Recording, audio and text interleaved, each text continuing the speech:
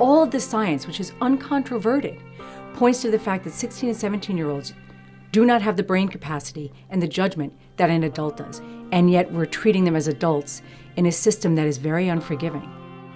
When I was 16, I didn't think about it. I just did it. It was like, it seemed cool, so let's do it. So, and then afterwards, when you're sitting in a cell, you start thinking about, wow, this is what's happening. This is what I did. This is what I'm going to jail for. There's a lot of restrictions that these young people cannot have, but we're saying not only are we going to treat them as adults in terms of the court system and prosecution, but we're going to place them in adult facilities. And what we say is, when you do that, not only are you saying we want these young people to be held accountable, we're saying that we want these young people to be abused and traumatized. How do you rationalize how a kid should be in that kind of facility? Especially when you press them on the issue of the strong opponents, and the core of it is, well, we will be perceived as soft on crime.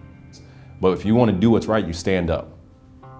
Public safety increases by raising the age of criminal responsibility, because providing young people with the kinds of treatment and counseling and trauma-informed therapy that is required helps them to return to the society without the same challenges that brought them in contact with the criminal justice system initially.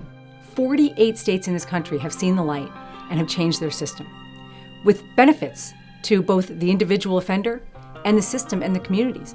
In other states, such as Connecticut, where the age of criminal responsibility was raised, there was no uptick in the crime rate. In fact, the arrest rates went down. They plummeted.